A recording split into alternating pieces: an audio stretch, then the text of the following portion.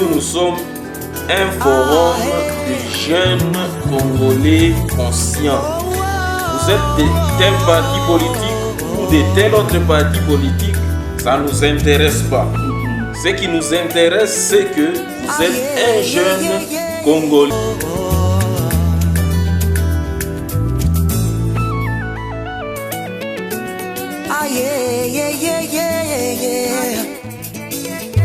Bonjour chers internautes, la joie est grande de vous retrouver encore en ce jour sur Béni TV officiel dans le cadre de l'émission de causerie.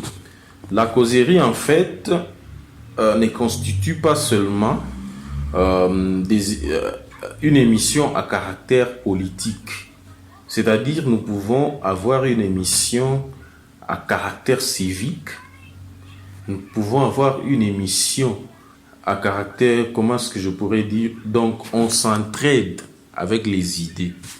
Ça ne signifie pas que quand nous nous retrouvons dans le cadre de l'émission La Causerie, nous devons nécessairement parler politique. Voilà pourquoi je viens aujourd'hui au devant de vous, sans invité. Je suis seul dans ce studio. Nous voulons causer de quoi? D'un point que je soulevais dans l'émission passée que nous avons eue avec M. Guigui Kankolongo. J'ai permis à M. Guigui de me poser une question.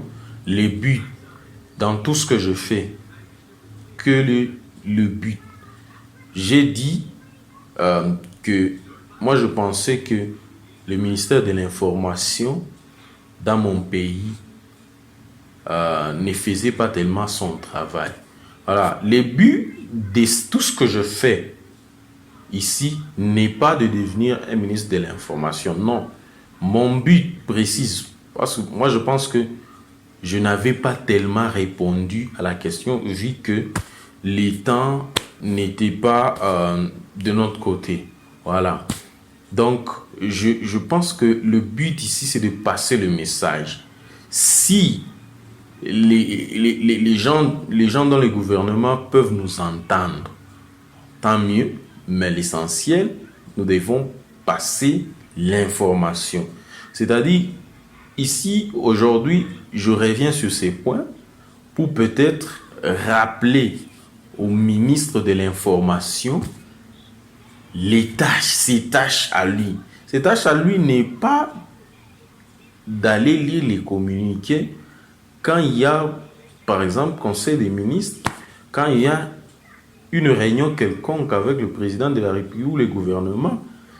C'est aussi son rôle, mais ce n'est pas son rôle majeur. Il devait beaucoup faire dans le background, c'est-à-dire derrière la caméra. Le ministre, je pense qu'il ne fait absolument rien. Voilà pourquoi aujourd'hui, nous allons décortiquer quelques points sur lesquels le ministre devait se pencher. Alors, aujourd'hui, tu as lingala, tu français, tu lingala, tu français, pour que tu permettre batu nyonso pas comprendre.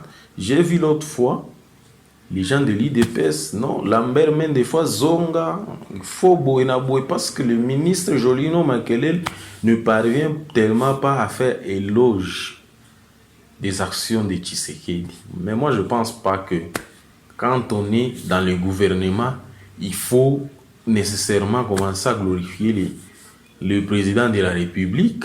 Ça, c'est peut-être marcher à l'encontre de la vision de tout ce que le peuple congolais attend de vous. Vous comprenez? Vous pouvez dire ça, vous avez pratiquement raison parce que vous êtes de la famille politique du président de la République. Mais moi, je pense que ce n'est pas tellement ça la mission que le président a envoyé, la mission pour laquelle le président a envoyé le ministre au gouvernement. C'est-à-dire ici, le ministre a beaucoup à faire derrière la caméra. D'abord, moi, si on appelle ce ministère-là le ministère de l'Information, moi je pense que ce n'est pas tellement suffisant. Parce que Lambert Mende nous a donné le dégoût de ce ministère-là. Parce que Moussa na ezara kokosa de lobi kamboboye ya balusi yango boye. Tolobi Joseph Kabila fois kende pour mandat na esi yaye. Le président de la République ne peut pas démissionner. Le président de la République reste en fonction. Ainsi de suite. Des histoires pareilles. Des histoires qui ne tiennent même pas. Ainsi de suite. Alors, tout ça, il n'a pas ça pour changer en Gokombo. Tout le ministère de l'Information. Mais moi, je pense que ce n'est pas un ministère au Togo Lungo, la Nambo Arabissoane. Toko Zanango, mais à format msous. Par exemple, sur le lobby, ministère de la technique informatique et des médias. Par exemple, parce que sur le lobby technique informatique, information zanakati, sur le lobby ici, médias, c'est-à-dire médias payés. Vous comprenez? Information, ça ne veut pas dire nécessairement la télévision, non. Information cause à la informatique et ça n'a qu'à information. C'est de lobby par exemple IT qui veut dire Information and Technology. Vous comprenez? Sur le lobby muto ya sali IT et ça muto ya sali makambo itali mingi technologie ya ba computer ainsi de suite. D'être bien à IT. Vous voyez un peu. Donc, moi je pense qu'ici, qu'il y a beaucoup à faire derrière la caméra que de vanter les mérites du président de la République. Au bozo salawana na ba base, ba parlementaire debout, ils ont bien, ils ont déjà suffisant. Beaucoup zongi sa ministre Mobimba na tâche ya kobanda au sala makambo bozo salawana. Ce n'est pas sérieux. Ce n'est pas sérieux. Le ministre a beaucoup à faire que kosaka ba makambo oya kenda okumisaka makambo fachazo sala. Ndenge nini ministre ya information actuellement ministre ya information oye koki ozala ngana proposer kana lobité que ekoma ekoki ozala ministère des techniques informatiques et des médias eko bando kotisaka mbongo na l'état congolais. Écoutez bien, toko bando tiaka mitema na biso kaka na ba mine te, na ba péage te, na ba douane te, pendant que na ministère ya information tozana makoki ya kosala mbongo. Vision ya ministère ya information aux alanines. Par exemple, so itozui RTNC na biso. Soko tali RTNC na biso. Soko tali ba journaliste mususu baza kuna. Pour moi, je pense que bazali susu na makasi ya kosala te. Bazali susu na makasi ya kosala te. Il faut d'abord Kotia ba jeune. Ça c'est le première proposition. Deuxième proposition est nini que ce que tali image oyo et bimana RTNC wana est trop pâle. Vous comprenez? L'image est pâle. L'image n'est pas tellement colorée. On dirait bilo moko donc eza pembe makasi. Biso total à RTNC a otai ba télévision sous mais lobby oyoni. Je sais que télévision numérique nanu komina donc numérisation ba télévision ezali projet mais nanu ko kisanité très bien mais RTNC déjà soko sombi antenne na yo okotala RTNC de partout au monde. Mais qu'est-ce que nous présentons au monde? Qu'est-ce que nous présentons? Est-ce que ce sont les moyens qui nous manquent? Je ne pense pas. Est-ce que Toko Banda continue à beta ba green screen? Ba green screen et zama bete. green screen na zoloba awa ezani, c'est-à-dire okomona que journaliste avandi na ye place moko boye ba changer background ba cheni wana ainsi de suite. Mais babiloko wana, moi je pense que komi moi ya kala eza mabete en tout cas.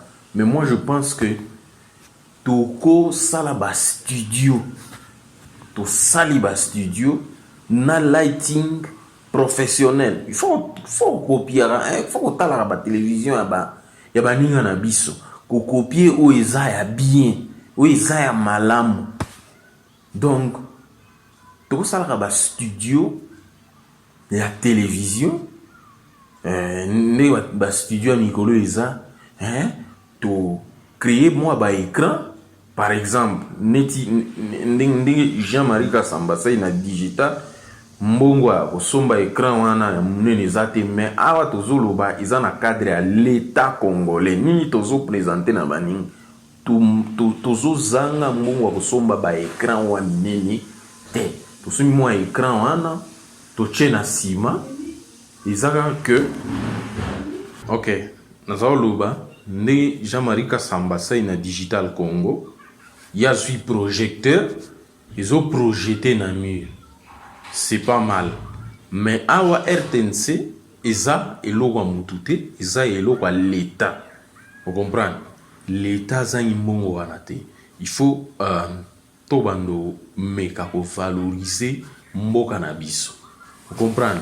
Naza loba awa ni. Toko somba ba écran wana, nous pouvons acheter ces écrans là. Pour qu'on construise un studio professionnel. Quand vous voyez le studio à Supersport par exemple, Supersport, vous n'allez pas me dire que Azana Mogoleka, l'État congolais, non. La télévision Mikoloyo. Et comme on peut s'embongo ndenge bao talango mbongo ezokota. Vous comprenez? Quand on ne parvient pas à innover, nini RTNC ekozala attirant.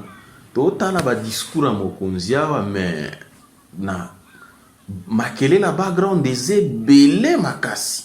Et c'est belé makasi pour une chaîne nationale. C'est bien boche moi nini wana na couloir, mais l'image est trop pâle. C'est trop pâle. Je ne sais pas, ba caméra, ils ont ba caméra ya kala. Bon, ba TV caméra ya bien zali. Ce que tu as par exemple en Afrique du Sud, na SCBC, ce que tu as le matériel à SCBC, ou que par exemple na France, na télévision, sur na TV5, au que matériel ils ont na SCBC, ils ont na TV5. Pourquoi? Parce que bato bango moko balingi mpe sa valeur. Baza sérieux na makambo ba osala. Le problème ici na Congo ezani, nous n'avons pas des ministres visionnaires, donc qui ont des visions pour na eloko babiloko ba o diriger. C'est-à-dire Nazoloba, je disais que si on avait un ministre technicien, vous comprenez, un technicien des médias et de l'informatique. Moi, je pense que ce ministre-là, j'ai mis mon exemple. J'ai dit, par exemple, si on a un ministre, un Dieu béni Kadima, au ministère de l'Information, c'est un ministre qui va amener ce ministère à un niveau moussous. Vous comprenez? C'est un exemple. Je ne suis pas en train de séduire Banomenga. Quand on a que je n'ai pas la force à occuper cimetière wana. Heureusement que na batami na mabondeli, ce que vous voyez na kobeta binomoto na kotindela binomoto akosaganati. Nga mwana nzambe. Partant comme onanga Dieu béni. OK, c'était juste une parenthèse. Je disais quoi? Je disais que par exemple, to sombi ba écran wana, to sombi lighting professionnel, il y a télévision. To sombi ba caméra des problèmes. Je ne sais pas si ba caméra, ce qui émetteur et comme moi en kala. Heureusement, Mikolo ba télévision et internet peut et comme. C'est-à-dire, moi je ne sais pas ce qui RTNC online ezali. Je ne sais pas. Parce que nan na lukate. Mais ce qui ezali, c'est que ça intéressant yango. Voilà pourquoi batu ba s'abonner pena kunati. Ce qui est intéressant. Au lieu de ba média présidentiel neti code 243. Il fallait RTNC online. Vous comprenez? Parce que certaines informations, le président de la République a aussi le discours. Avant, chaîne Mike ya YouTube il fallait RTNC, ils allaient produire ya RTNC. Aujourd'hui, au chaîne na YouTube to na chaîne mususu, il faut ofuta mbongo. Voilà dans quel cadre médias et kokotambongo. Ce qui est de l'État, il y a une télévision de l'État. Il faut foutre. Vous comprenez? C'est un peu ça. Et puis, les médias en ligne, il y a moyen de les contrôler. Il y a moyen de faire la taxe. Il y a moyen de faire l'État. Il y a moyen de faire le système d'éducation. Et ça la paye nini online. Par exemple, niti à la période niti à la Covid yo. Ban liba qui na classe chaque jour. Parce qu'on a risque à se contaminer. Par contre, seulement online, batangi. Par exemple.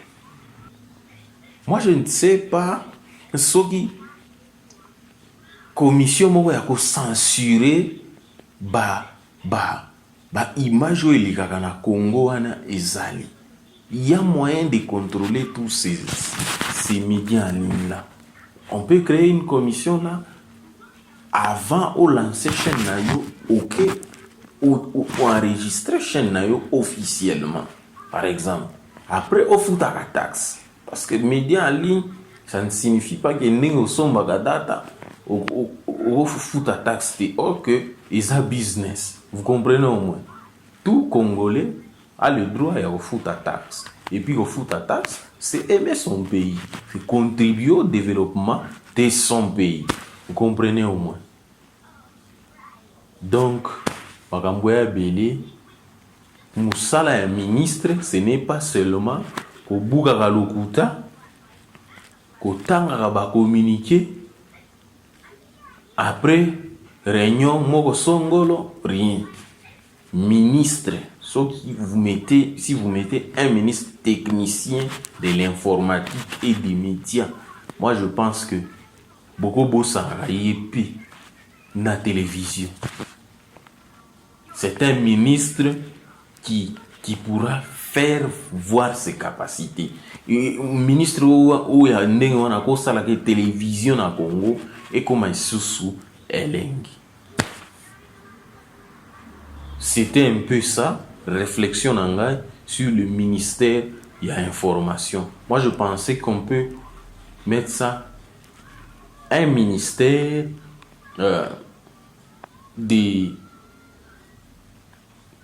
comment est-ce que je disais encore? C'est un ministère des médias et des techniques informatiques. Parce que le plan numérique, tozolingato ya nango na Congo wana ekozala sous ministère. Vous comprenez au moins? Je ne sais pas dans quel ministère. Parce que pourquoi je dis qu'il faut un ministère de techniques info? Parce que ce n'est pas normal que na Congo on a un système database place toujours sauvegarder ma information sur Mboka. Par exemple, nous avons besoin de ça, le recensement, ainsi de suite, mais comment est-ce qu'on planifie ce recensement-là? Donc ça va recensement, tu imprimes la carte, après tu peux spécifier bateau, et si. Mais ce qui est dans un système database, tu peux compter bateau, tu peux spécifier la carte d'identité, si koyo, moi na ya botami, tu as enregistré mbala moko to baki si ekun. Vous comprenez? Parce qu'on a un système. Permis de conduire, non, permis de conduire biométrique, ainsi de suite. Est-ce que permis wana, ils ont un moyen de compter en na Congo? Je ne sais pas.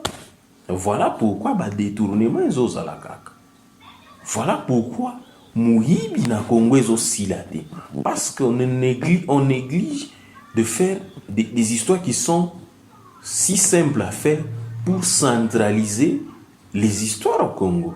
Je pense que avec Fachi, il est possible et salement.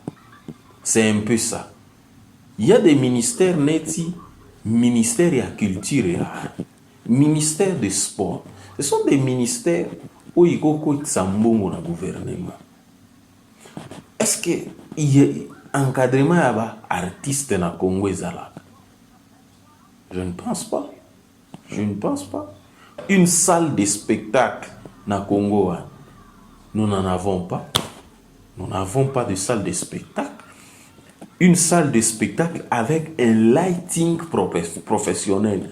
C'est-à-dire, tu vendiawa, soit tu lingi, to comme sango par exemple, neti na désert kuna, tu sakani na lighting, image à désert, et comme au monde en nous n'avons pas les salles de spectacle. Voilà pourquoi nos artistes bakendaka ubetaka ba concert na ba stade des martyrs na banini wana, parce que nous n'avons pas. Moi, ces jours-ci je vois quelque chose là,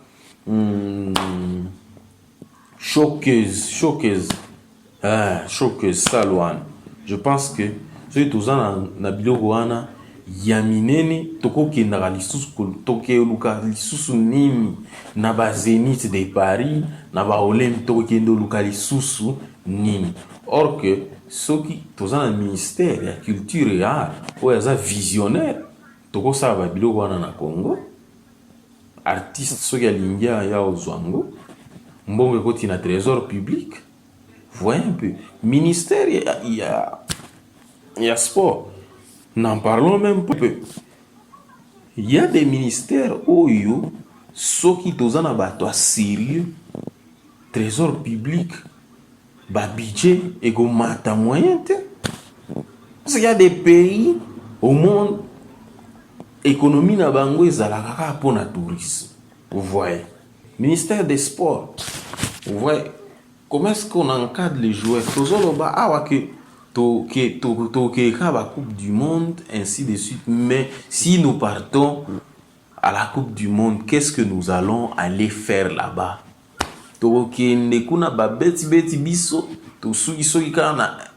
Un 16e de finale, après Soukiwana. Pourquoi?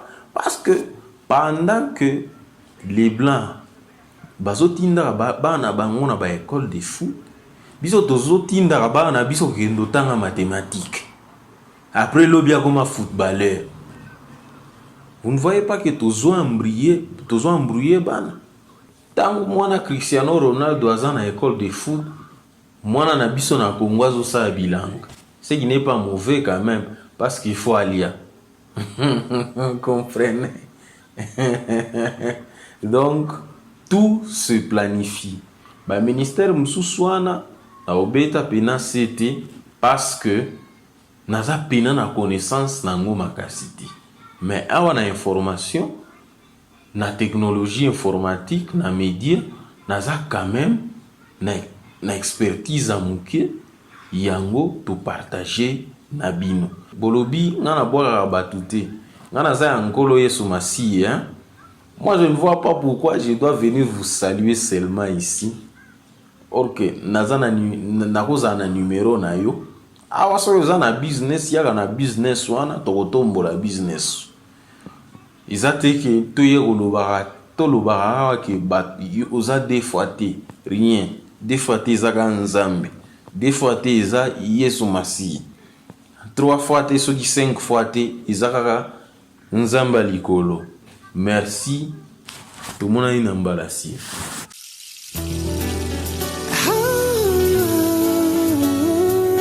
Nous sommes un forum de jeunes Congolais conscients. Vous êtes de tel parti politique ou de tel autre parti politique, ça ne nous intéresse pas. Ce qui nous intéresse, c'est que vous êtes un jeune Congolais.